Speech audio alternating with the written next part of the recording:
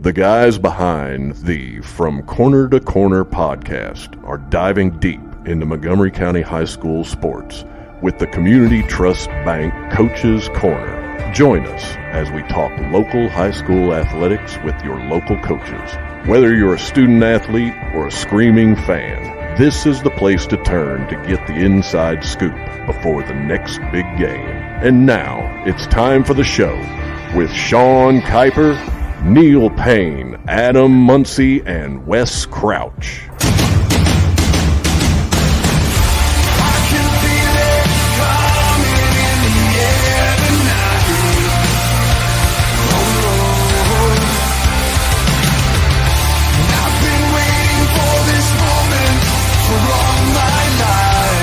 Hey guys, welcome back to an episode of From Corner to Corner, Coach's Edition, Coach's Corner. That's what it is, right? That's what we're calling it, right? It's Coach's Corner. Tonight, we don't necessarily have a coach with us, but we have somebody that's very well known in the community and in the 10th region. We welcome Ivan Ralls to the show. Good evening, guys. Thanks, Ivan. We appreciate you taking time out of your evening to come on and join us. You know, Sean, you missed a point, though. Did I? Yeah. Hall of Famer. Hall of Famer. He's in the 10th Region Hall of Fame.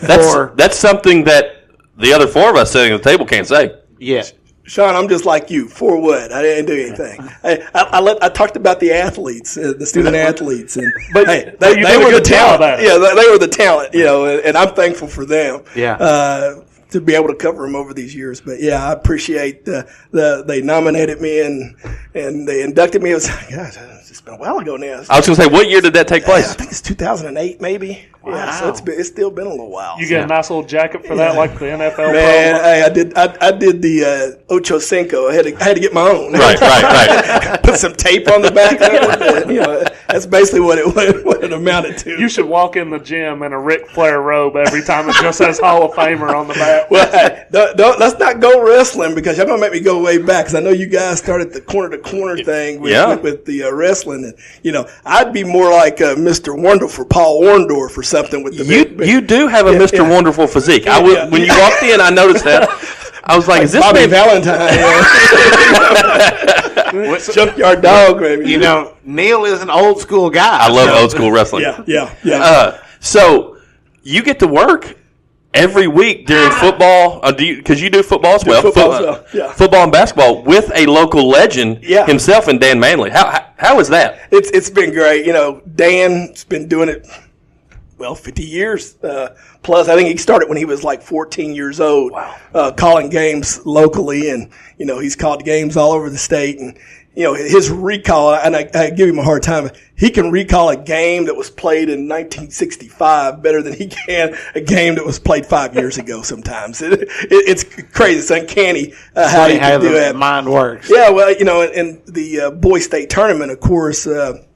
With Warren Central playing and Coach Unsell, which is the nephew of Wes Unsell, you know, he remembers when Wes Unsell played in the state tournament for Seneca back in the day, and talk about those stories and Butch Beard and all those guys, and it's fascinating to sit and listen to them talk about those folks that I've only heard about in legend, and of course seeing Wes Unsell and when he was with Washington and seeing some of those, and I mean, for back then the guy was cut up. He was like an Adonis, a big physical guy at about 6'6", 6'7", but you know played like he was 7 foot, and so it's interesting and to be able to learn from him. You know, because I tell everybody this is for me broadcasting is kind of a labor of love, and you know I'm no expert or no big time announcer or anything, but I love sports and I can talk about just about any kind of sports. If y'all want to talk about curling, we can get down here and talk about the Stones and all that good stuff. But being around him and seeing his approach and how he's able to just kind of chronicle things, and when calling basketball games, there's been times I've had to do play-by-play.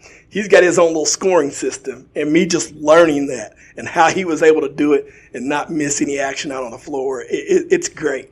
I mean, if you really like doing that type of stuff, to just sit back and watch him do it, it's like a work of art. Well, you know, you all just got finished with the girls' state tournament. Yes. And I got to listen to a few of the calls, and you would think it might have been, Warren Central versus Bullitt East. They weren't in the girls' state tournament, but the way he talked about the players, you would think he called their games all year long. Yeah. It is truly a work of art. It really is, and we've been very fortunate. And I'll say, working for the Gateway Radio Works here in Montgomery County with owner Hayes McMakin and Tom McMakin, and even before they owned the station, when the Lady Indians really got really good there in the mid-'90s, the fact that we were covering most of their games, nobody else was doing that. They cover a few girls' games, and they were doing a lot of the boys' games, whether they're the boys' programs locally and in the area were garbage or not. They were still only covering a couple of girls' games, and we've seen how Title IX has shifted a little bit for the girls' side. I was following girls' basketball in high school. Of course, you guys may know Jenny Randall. She was my classmate, all-state player, played at South Carolina. I always tell her, you got South Carolina started where they are now, and then Don Staley came in and kind of helped that out. But,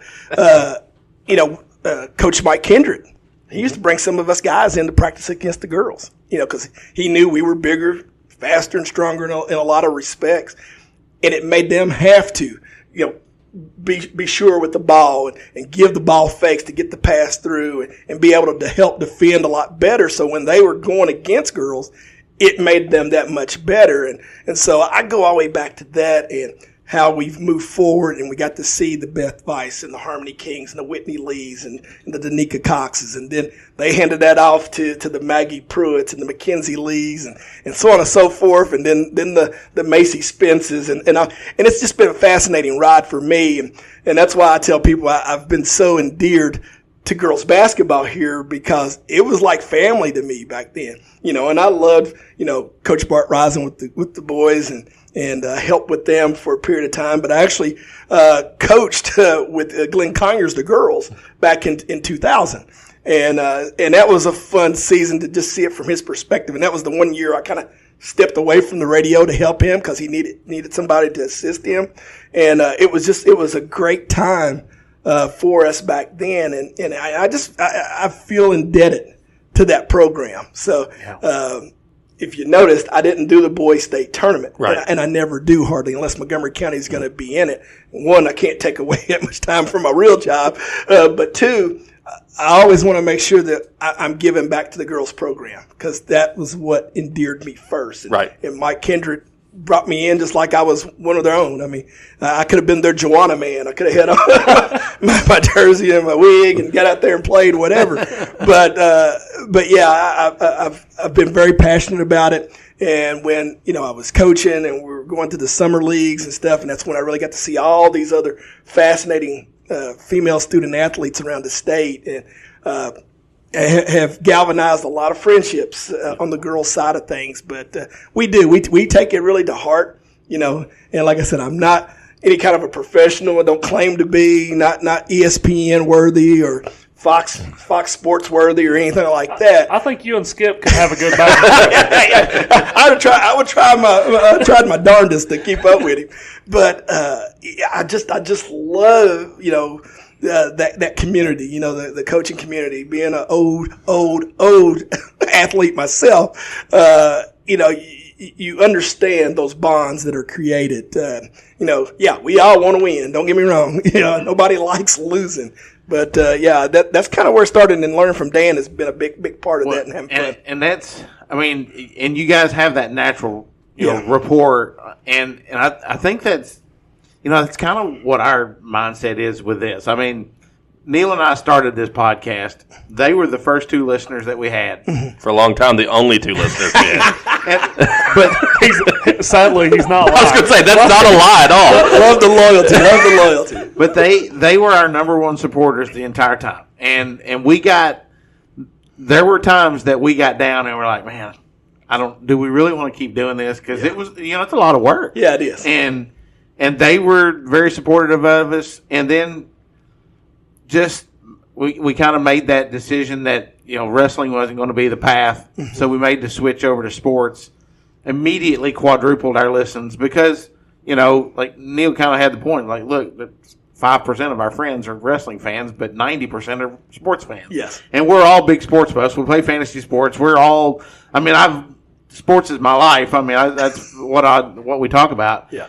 But the camaraderie, the working together, and all that. We constantly are texting and talking to each other to improve on that. And so it's like sports brings us to that point, right? We get to that point, and Adam came up with the idea back in the fall of us doing this Athlete of the Week thing. Yeah. And I'm a genius. So constantly thinking. We kind of got to the mindset of there's 25,000 people that live in Montgomery County. Mm-hmm. We got to win Montgomery County first. Yeah. Quit worrying about anybody outside of the state of Kentucky. It doesn't matter. Yeah. If we have friends, he's got all kinds of friends from back home in West Virginia. They are loyal listeners to the show. Yeah. Okay? They're going to listen. Yeah. I've got friends that are in Alabama. They're going to listen. But we have to win Montgomery County. Yeah. And in order to win Montgomery County, it starts with our high school athletes. Yeah. Because that's what this whole county is about. Yeah. We care about our sports. I mean, whether it be football or basketball or whatever. And I mean, hiring Coach Mays was a gigantic move for us on the boys' side. Yeah. And so that's why we're like, man, we got to get him on the show. Yeah. And because we wanted to get him on and talk to him, and it was a phenomenal interview. And then that just sparked this whole thought about, man, what if we could talk to all of the coaches? Well, you're talking about how to start. You never want to swallow an elephant whole. But back in the day, you could have just done the Camargo Men's League, and that would have been enough food. Right. Speaking of which, I was on a team that won the league one year, and so I was like, "Did your jersey get retired there?" No, that thing's in the garbage somewhere. So we've talked a lot about Montgomery County athletics, and one of the things that brought you on was you were so impassioned about the athletic programs. I currently work in Clark County. Yes. And I get that often. Listen, I got big shoulders. I can take it. But one of the knocks that we get all the time is that I say we as in Clark County because that's who signs my check. Yeah. That we do things the wrong way. Okay, I mean, if you and it's not just Montgomery County that says they don't that. call it Sinchester for nothing. Well, that is true. So, I would like your perspective on that as a guy who is involved in calling games and talking and lots of people. Yeah. What is your thought on that? Is what Clark County is doing? Is it any different than what Catholic schools have been doing for decades? Yeah. And is that a path that Montgomery County needs to go down, or do they just need to stay the course and try to find something that's sustainable? And here's my personal take, and this has been a former player here at Montgomery County and being a former coach here at Montgomery County and just trying to, understand and embody what I personally think what high school sports is all about. It's about your community. Okay. Now, we do understand that there is that aspect of the private schools, and we went through that back when Montgomery County Lady Indians were really good, and it was, you had to go through Lexington Catholic and of course the Louisville schools now, the Sacred Hearts, the Mercy Academies that have the top talent. I'm great friends with Mark Evans, who used to be the former coach at Mercy Academy. And back then, he said there was a riff even amongst the private schools about going outside their base. He was like, we kind of had an understood agreement. This is where you stay at. You don't go outside of that. And there were some schools even going. So there was even friction amongst the private schools that had a little bit more flexibility.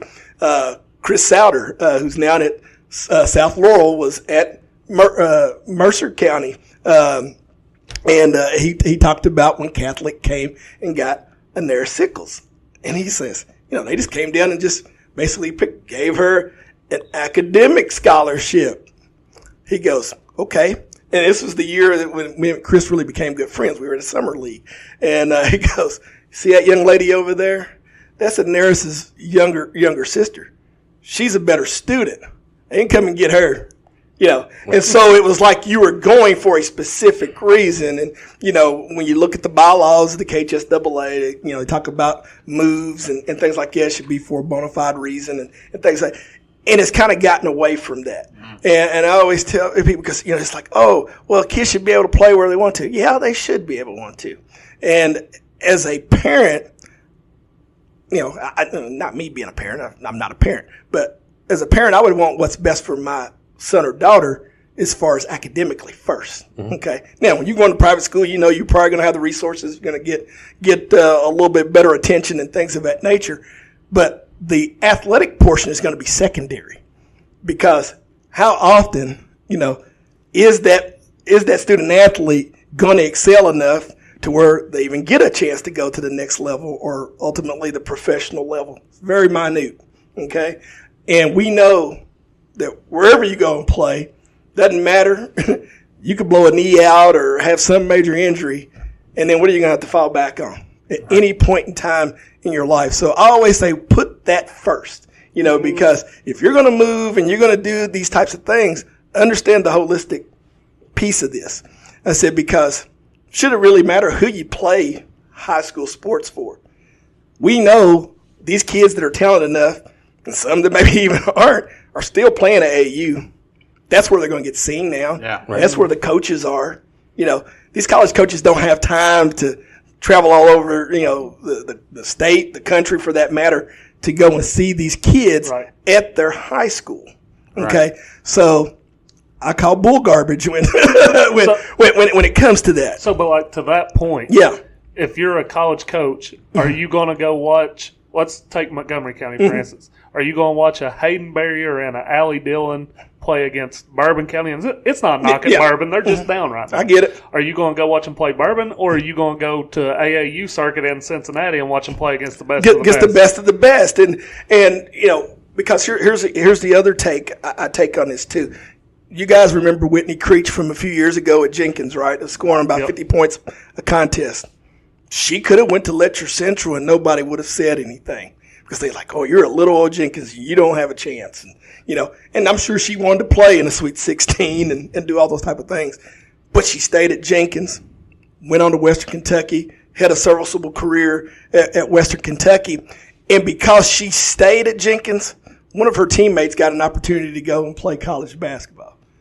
If she doesn't stay at Jenkins, that team member probably never gets a chance to get that opportunity to play. Because they would have never come to Jenkins to watch, that group of girls play. And so I think there's something to be said to that. And to challenge the kid, okay, let's say you stay wherever, you are, uplift your buddies that you grew up with. Excel and see what that's like. 'Cause I think Jason Henson, that's at Augusta now, who was at Bracken County, and before he was at Bracken County, he was at Augusta. So he's kind of made the trip back and forth across county up there. And such a little small school in Augusta. Have you ever been to the Augusta gym, any of you? It's a beautiful little place. I think they say it's the oldest active gym. It's an old school gym. Oh, man, it's awesome. Absolutely love it with the balcony seating. Yeah, oh, it's beautiful. It's my favorite place to go and watch a game and be a part of a game. But it's like, those kids are impassioned there, and Brent Bach that played there, that went and played Bellarmine before they made the move up to Division I. People saw him, right? But he stayed at Augusta and almost won a regional title single-handedly. He went on like a Kimball Walker run that region tournament. Yeah. He willed that team to the championship. Well, I oftentimes say that Division I talent is Division I talent, whether it's at Male, whether it's at GRC, whether it's at Jenkins, whether it's at Augusta. D1 talent is D1 talent. D1 talent. And if you're good, coaches are going to find you. Yes. Right. You look at the Perry kid at Lyon County, who is a junior, took his team. There's not a whole lot on that team if you take him off. Yes. They definitely don't make the state tournament. Having a 5,000 point score doesn't hurt. I grew up at a time when the Sims brothers were over at Paris, right? They would have never thought of coming to Montgomery County or going across town to Bourbon County or going to GRC, because they were like, no, we can beat y'all. Yeah. Right. And that was the challenge for them. Well, and, I remember when I was in high school, there was a level of hatred I mean, we hated Mercer County. I went to Anderson County. Yeah, that's what I thought. We hated Mercer County. We hated Danville, and we hated Frankfort. Yeah. I mean, to the point that like we would. I remember going to Mercer County, and we painted their football field. I mean, we hated them. Yeah. And I mean, that was just a thing. But Sean committing crimes. Right. I finally admitted to him. I didn't say I did. You literally just said we painted the field. Just like him saying that he was part of GRC. Don't bring me into your crime. Well, but GRC signs his check. Right. He has to say that. But I remember this. I mean, this whole transfer thing has been going on forever. It's been going on forever. Yeah. I went to school with Will Carlton and Wayne. I can't even remember. I know who you're talking about now. And I can see his face. Yeah, but we were, I mean, we went to state tournament that year, and there was a kid, I cannot remember his name for the life of me, that lived in Montgomery County or Anderson County, transferred to Lexington Catholic, and he was on the team that beat us out of the state tournament. And it's like, if he was on our team, we win the state tournament that year. Yeah, there's no doubt. Yeah, and it's like, I mean, but that's happened for yeah. Well, I think I said, or I saw somewhere the other day that Ashland has been recruiting since like 1920. Hey, Adam's not the only person that's come across the West Virginia border into Kentucky. Hey, so go to Pike County. You just see it every day. And that's the thing, because, and I don't even blame the kids for it. I honestly don't, because like coming from West Virginia, the rules are so different for West Virginia athletes for Kentucky. Like in West Virginia, you know how we have dead period here in Kentucky. Well, that's the only 3 weeks in West Virginia that coaches can work with athletes. So if I'm right there on the border, why would I not just cross the border and I play year-round? Yeah. Instead of just stay there and work for 3 weeks. When you say dead period in West Virginia, though, that's in the Tug Valley region, right? Because the Hatfields and McCoys, if you're moving, you might be dead if you cross the wrong property line, right? So that's Belfry, for instance. Yeah. That's where they get most of their football players from. Is the Mate 1, Del Barton, Williamson area. I met many of them my senior year, my last game. We went up to Belfry and had to play. My final playoff game in my career was at Belfry. We got busted up pretty good that year back in the 90 season. So, I know exactly what you're talking about. Well, and, I think you touched on something a minute ago that I think you got teams like we'll use Clark County, for example, because, I mean, Robbie and Coach Cook have taken their teams 4 straight years apiece, I think, to the state tournament, maybe more. Why do you respect Josh Cook more than Robbie? You said Robbie and Coach Cook. I did. Why don't you call him Coach Graham? Well, because I actually know Robbie better than I know Coach Cook. Personal friend. Right. So when they both went on their runs, of course, they have middle school kids that are on I work at the junior high there in Clark County, and Montez Gay is a 8th grader that got to dress towards the end of the season for Clark. And when they got back from the state tournament, I stopped him in the hallway and I said, Manny, that was a heck of a run. And he talked about how he said, I walked out on the court the first time and I couldn't believe it. Yeah. He said, the lights were so bright I couldn't see. So I mean, just hearing it through a kid's eyes. And I said, here's one thing I don't want you to do. 1, I want you to get us back there. Yeah. But 2, I don't want you to ever take that for granted. Yeah. Because, yes, Clark has gone 4 or 5 straight years.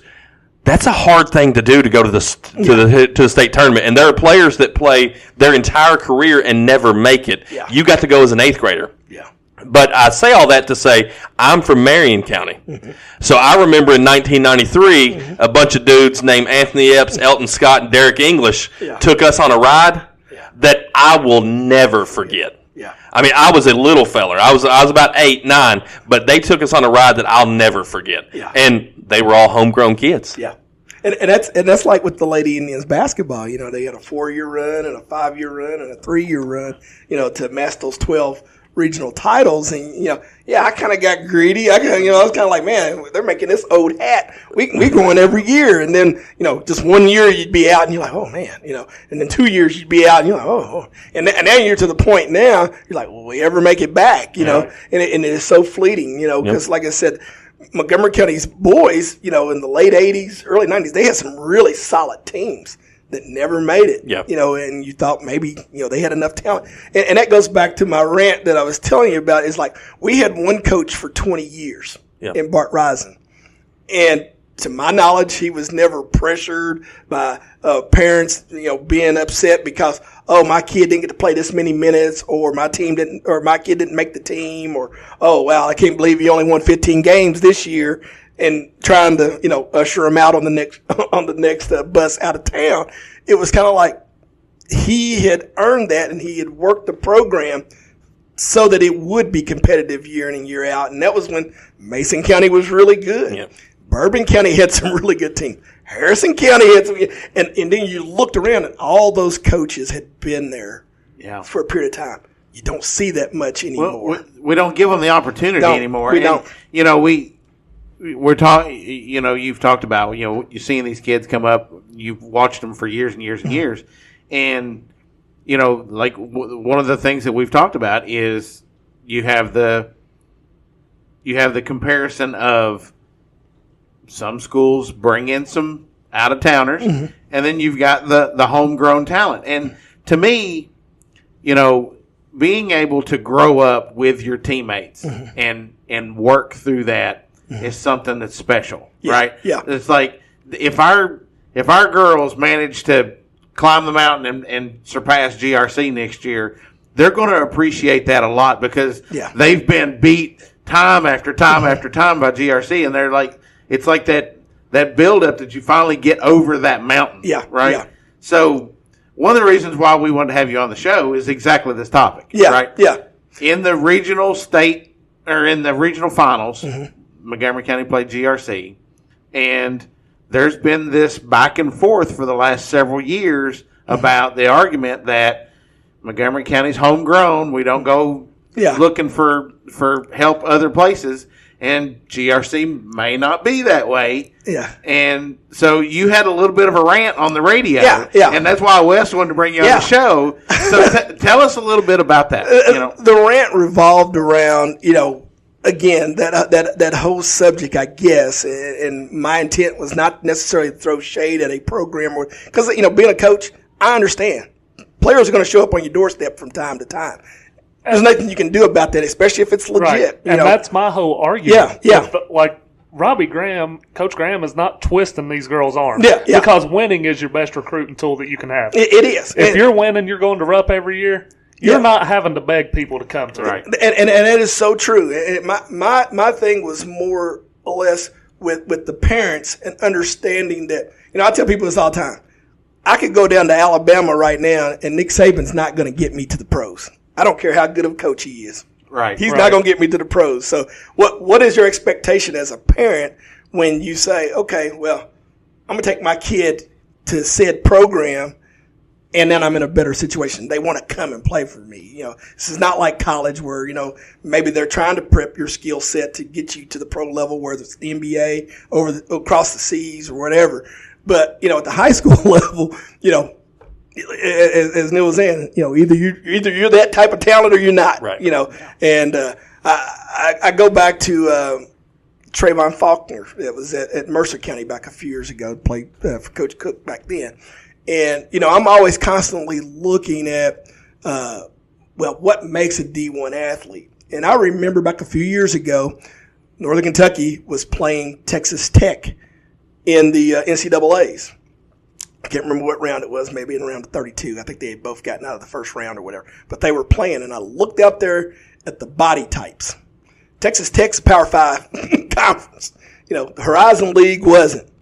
And as big as I thought Trayvon Faulkner was here at the high school level, he looked like a young man compared to those big men out there on the floor. Right. And I said, I don't think a lot of times people take that into consideration even at the high school level. Where does a kid really project to? Right. Are we saying, I'm going to move my kid from said program to this program because, they want to go to Ohio State or they want to go to North Carolina and all these other big schools when really your kid may just be UPike. Maybe a really good high school ball player, but in the big grand scheme of things, because you hear even coaches at the NAIA level, who they going to guard? Who are they going to guard? Yeah. Go up to Moorhead, even at the Moorhead level. I really do think when you look at Jerome Morton, as good as he really is, I think he made a great decision. I don't know that Jerome Morton will be an NBA professional, but Jerome Morton can go make a good living across seas. And I think playing at the Ohio Valley level, he could be all conference. Yeah. I think he was kind of the unsung hero on that because he adapted every game. Yeah. Whatever Coach Cook needed him to do. Yeah. Hey, Jerome, go guard their best player. Well, and actually they said on the NFHS network or whatever, the people that were calling the game, at one point I think it was Chris Lofton and I forget the guy that was with him. But they said that it was actually Jerome volunteered. Like he went and told Coach Cook, I want to guard Reed Shepherd. Yeah. I want to guard Travis Perry. Put me on that guy. Me and Jerome have the same barber, so he's a really nice He's a great kid. As much as I'm a rivalry guy, because I was born into the rivalry. He's a great kid. He's a great kid. And I was like, I hate to be rooting against you a little bit during the regular season because I'm probably going to root for you at Moorhead. Right. So you have that. I am that when it comes to the rivalry. I'm always going to be for my Indians. I'm always going to win. And even me and Coach Robbie Graham, we're good friends. And we always say, okay, rivalry night, it's different. Any other time, we're good because I've known him ever since, growing up and when he was, the outstanding player he was at Fleming County. But, that's what I always want to make sure, and Sean, getting back to the rant and me getting on the soapbox, because it just kind of hit me in the moment. Dan had asked me a question and that was my time to just kind of vent because we were in the process of looking for a boys high school coach and I was kind of like, hey, we need to make sure we get this right. We're not hiring a coach for 2 or 3 years. Yeah. Let's look for a coach that, maybe is going to be here 10 years or has that kind of idea that's going to invest in our feeder system and try to get those kids as good as they possibly can be. And maybe because we are a rural community, okay? I tell people this all the time. We're a very big school in a very small town, okay?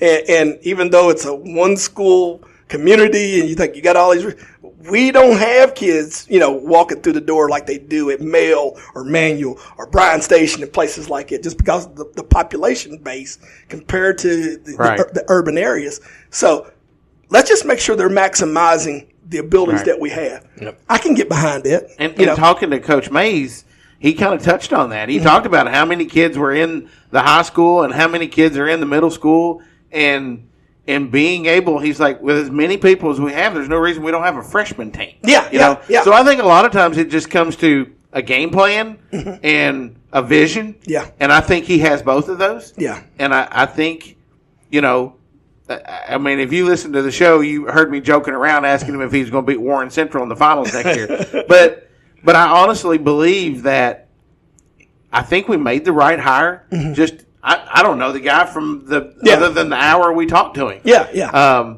But to me, I felt on board, and it's like I'm ready to come watch basketball games and I'm ready to fight for you. And I think if Montgomery County will support him and let him do his thing, then we're going to be satisfied. Yeah. In my real job, I'm in human resources, so, talking about hiring and how you do go through the selection process. And I tell everybody, hiring is no exact science. Right. Nope. We can take you through all the different hoops. There are people that interview really well, and they are awful people. Yes. They know the game. they know the game. Yeah. And it's kind of like, I can tell you all the catchphrases and things of that nature. But at the same time, like I said, we can take you through all the vetting processes and think, we've got our person. And then they just flame out in the role. You can go grab somebody off the street that maybe you saw playing at the local park or something and be like, hey, I need you to come over and coach my team. Turn out to be, a legend and a Hall of Famer from that regard. So I just wanted to make sure that, one, understanding that when you hire a coach, you're hiring their family. Yeah. You're saying you're going to invest in them, they're going to invest in you. But then a year later, you're like, oh, well, see the door. Now, unless they've done something really egregiously wrong or terrible or something, or, they didn't meet the expectation that you set for them, because I hate that too. You don't set an expectation, and the next thing you know it, you're ready to run the person down the rail. Yeah. I tell my supervisors and managers that all the time. Day one, you set expectation. Yeah. You can't wait 2 years down the road and say, well, this is terrible hire. This guy hasn't been doing his job for 2 years. Well, did you ever tell him what his job was? Well, no. Well, you know what fault is that? You know what I do, Sean? I go to the personnel file. Well, look at these last few evaluations. I would be ready to make them CEO of the company based upon this. Right. You can't come to me on one instance and tell me they're a terrible employee. Right. You signed off on all of this. It says, oh, they're great. Right. They're a great employee. Yeah. When did they go bad? Right. Well, they've been doing this, but you never chronicled it. Right. You never documented There's it no one paper time. trail. Yeah. So it didn't happen as far as I'm concerned. Now you got to deal with it. First day you set expectation and you continue to hold them to that expectation. And then you, as their supervisor manager, then you be the example in front of them too. Don't cut corners. Don't do these type of things. And so that's what I get at the heart of things, because those were the values that were instilled in me by my mother and by coaches and other people that I looked up to growing up. That's the path I'm trying to follow, that you've laid for me. 100%. So that's where I always say sports are great. Extracurricular activity is great. Be involved in something. I'm on the Nancy Green project that they had the festival this past weekend. Which you didn't bring us any pancakes. Man, I didn't even get any pancakes that day myself. Listen, my wife is prone to burn Easy Mac in the microwave. Man, and you didn't bring me pancakes. Ashley, I didn't bring this up today. I may have did a couple of days ago on social media. I'm just glad she's gotten better, because when she told me she did that with that mac and I was like, oh Lord, I said, I'm sorry. How do you mess up microwave mac and cheese? But yeah, when I get back to just talking about how we go about that whole process and getting the right coach and getting the right person and understanding that they have families and let's make sure that we're treating them right, because that's not fair. Because hey, if you get rid of them after year one and they've got kids and they've got to move them because they got to find another job, understand that, and that goes to Big Daddy and Big Mama up in the stands that think, oh, they have all the right answers and things of that. And I'll never forget this when Coach John High was coach for the Lady Indians his first go around. We were summer league. I was sitting on the bench with him. He asked me to help him during summer league, and we had a parent in the audience for Lady Indian, obviously embarrassing their child, because they were just being very boisterous and blah, blah. And Coach High calls a timeout. He turns around and he said, "You're more than welcome to fill out an application. I need an assistant to help me during this." Daddy sat down, never said another word, because he realized he was being embarrassing. Yeah. This was a summer league game, okay? Yeah. We're trying to get out here and find out what we got, and I think it took a weight off of his daughter's shoulders. Right. Yeah, and she was an outstanding player too, by the way. That's where we're at now. But everybody thinks that their daughter is Candace Parker, their son is Michael Jordan or Mike Trout. Yeah. Look. Hey, I like the Angels. Mike Trout or Shohei, you got me getting both. The percentage. You throwing a Miami reference here in a minute. Hey, man, I might run over and give you a big hug and kiss. Fan? I'm an Angels fan. I'm a Charles Barkley fan. I used to be a Sixers fan, but then when they didn't do him right and he had to move to Phoenix, I went wherever Charles went. So Charles is the greatest player of all time. So you showed up at the regional tournament with a Twins throwback on. Yeah. Now that's an homage to Rod Carew and Kirby Puckett and Torrey Hunter. Okay. So you had the jacket over. Yeah.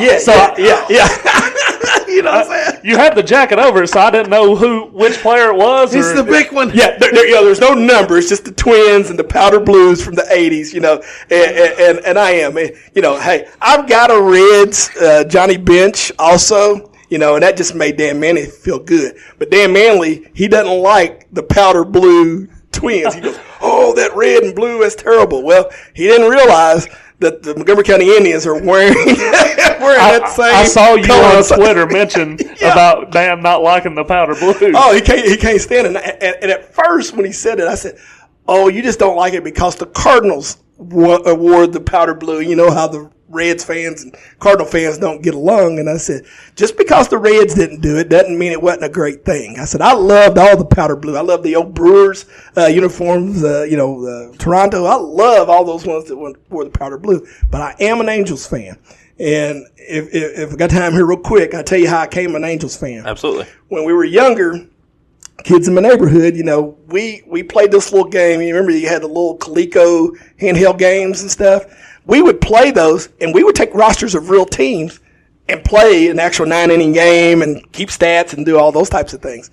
Well, back then, everybody was either a Reds fan, an A's fan, back then, Yankees, and we had a few Mets fans. I don't know where they came from, but those were kind of the fans. And I really didn't have a team at that time because I was like one of the younger kids in the group. So I just pulled out my baseball cards. And I used to love the old Angels uniform with the California on it and the Angels down it with the little halo at the top.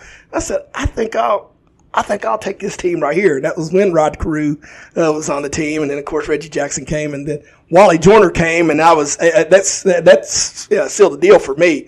It's kind of like with the way I came about the Dolphins, but people always ask me, how are you an Angels fan and a Dolphins fan like that? And I was like, well, the one good thing about being in Kentucky, you don't have to have a team that's actually, a Kentucky team. Right. And that's how I became an Angels fan. I've been an Angels fan for many years.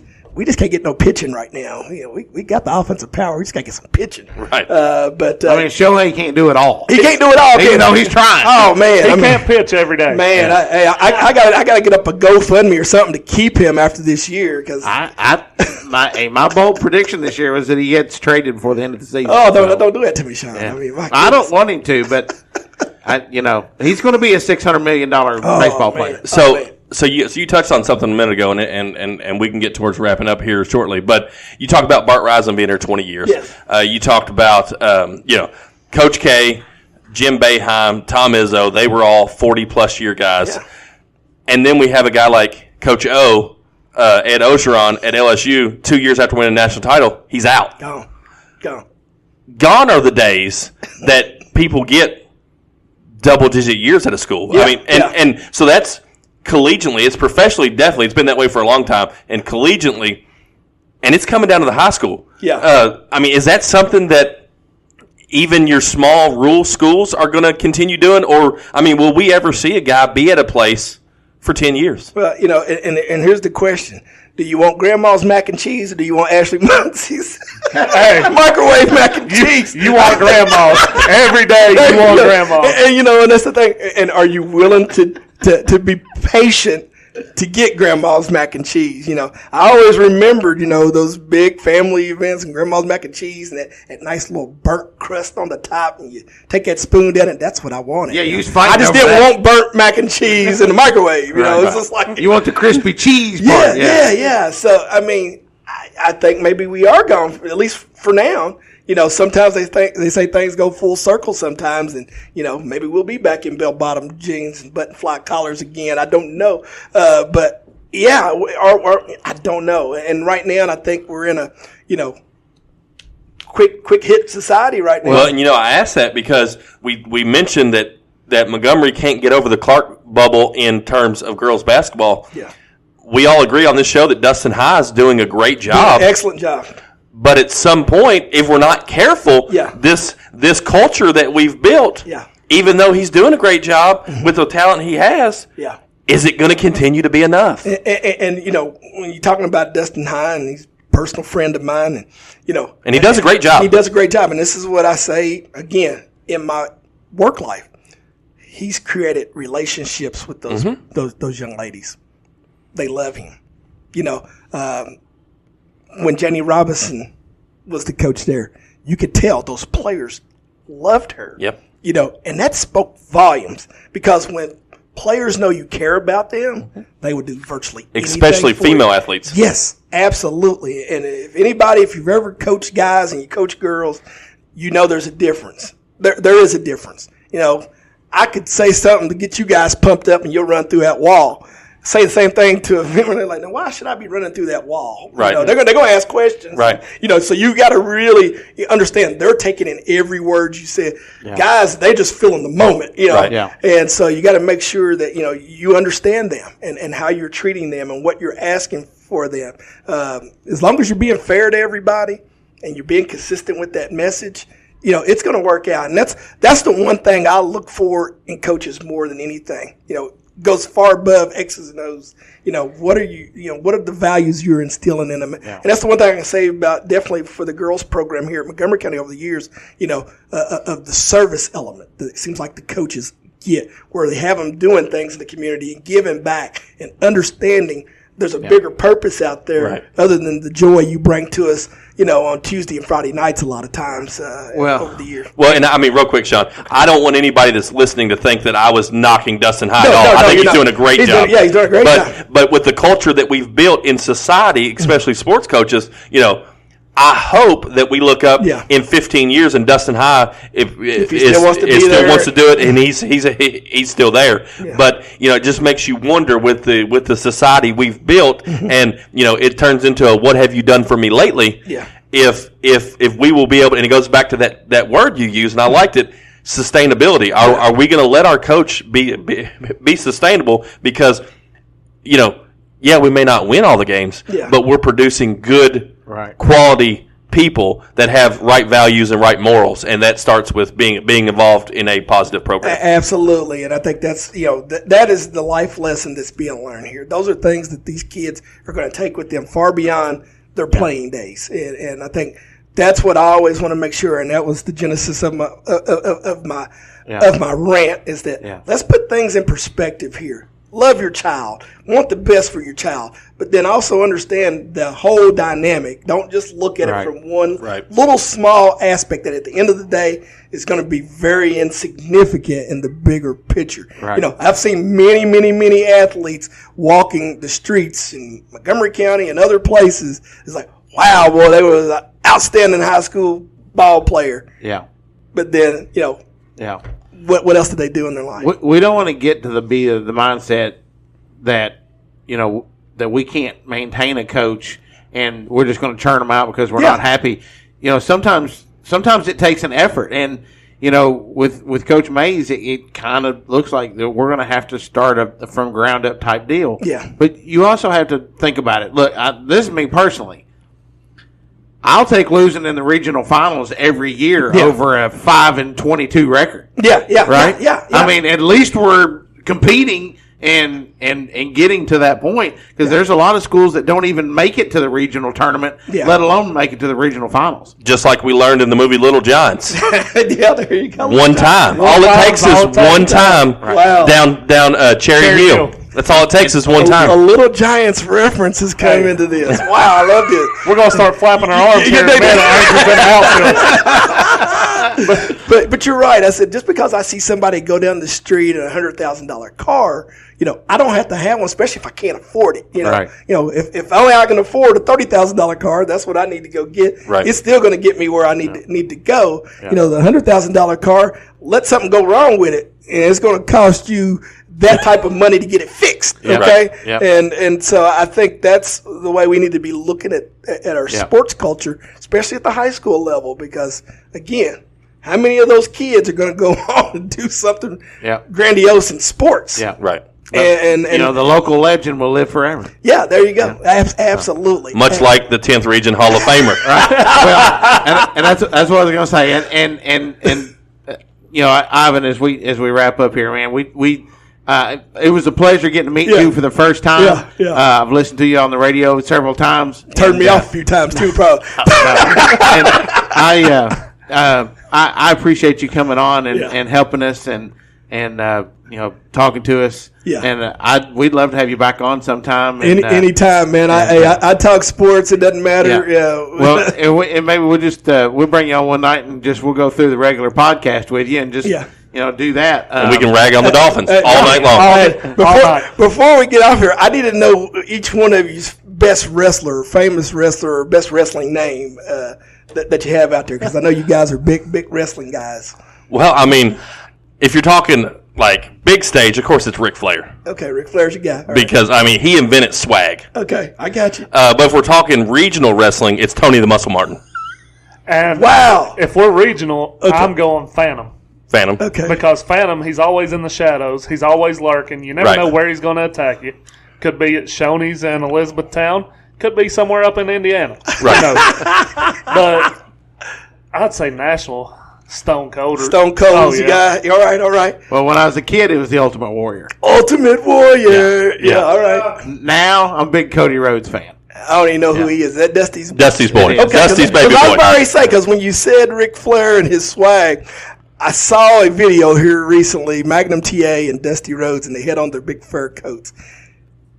Dusty laid it down on Rick. I just got to say, have you seen that? I haven't seen that. He said, I got on this $300,000 coat, and it gave me goosebumps. I'm saying, all American, that may have superseded any of Ric Flair's, holding these gators down. And because I was like, whoa. And I sent that clip to my brother down in Nashville, and he was like, man, that got me right there. Took me back to our Saturday mornings in front of the TV. Absolutely. Watching championship wrestling, and was eating our bowl of Captain Crunch or whatever. That's why I would pick Hacksaw Jim Duggan. Hacksaw. Oh! I know where you're going with that because you're a Prime Iron Sheik guy. He said he started watching wrestling at Prime Iron Sheik. I love it. But hey, the Iron Sheik was pretty good. Iron Sheik was pretty good. He's never been Prime though. Yeah, he's Prime. Because I go back to the Meet Me in the Omni days of Tony Atlas and Paul Warendorf and those guys, and of course everybody who they called me back in the day. If you think about it, Junkyard Dog. No, but I'd love to have been the Junkyard Dog. Michael P.S. Hayes. No, because you're purely sexy. Hey, what's my name? Ivan Koloff. That's what the sickle. The iron sickle. They called me Ivan Koloff. The Russian bear. There you go, the Russian bear. There you go. That's what they always called me. So he was Ivan Koloff, get over here, And when I was younger, I used to give everybody a good headbutt, and they couldn't stand it. I was, I had a few concussions. Definitely got that Junkyard Dog look. Yeah. But I would walk into the rink like the arena like the Junkyard Dog back in the day. Another one bites the dust. Well, he could have pulled off the Coco Beware too. Hey, there you go. Hey, I'll do the bird on you.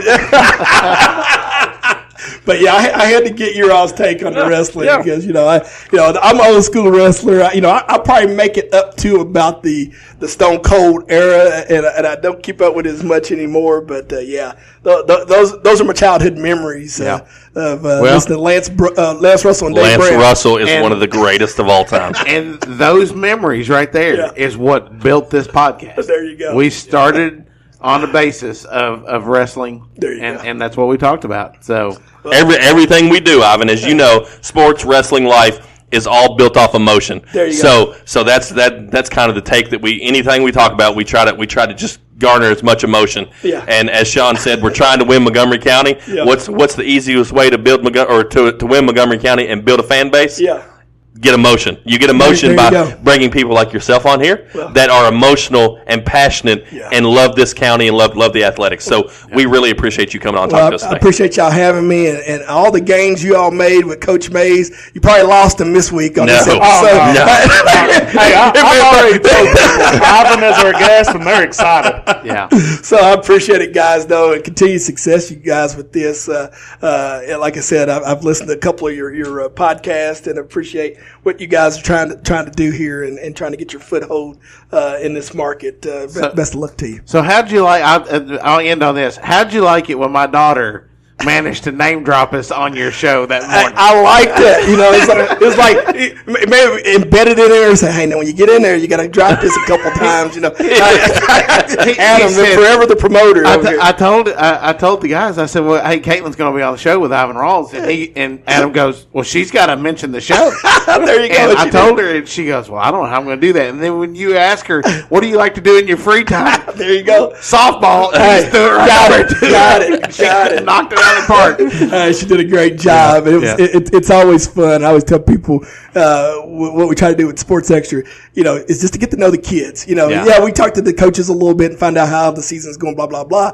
But I want to know more about what those kids are thinking, and it helps them to be on a platform like that so they can speak, do some public speaking. I think that's going to help them in that next phase of their lives. Emily Zink just got signed with Asbury. One of the best players. Best people, yeah. Yes, absolutely. Yeah. No matter what the role she's on. Yes. Right. No matter what team. No, you're right. She's smiling. She's accepting whatever it is. Her mom and dad are great people. Absolutely. He actually hired me at Kroger many, many moons ago. Poor John.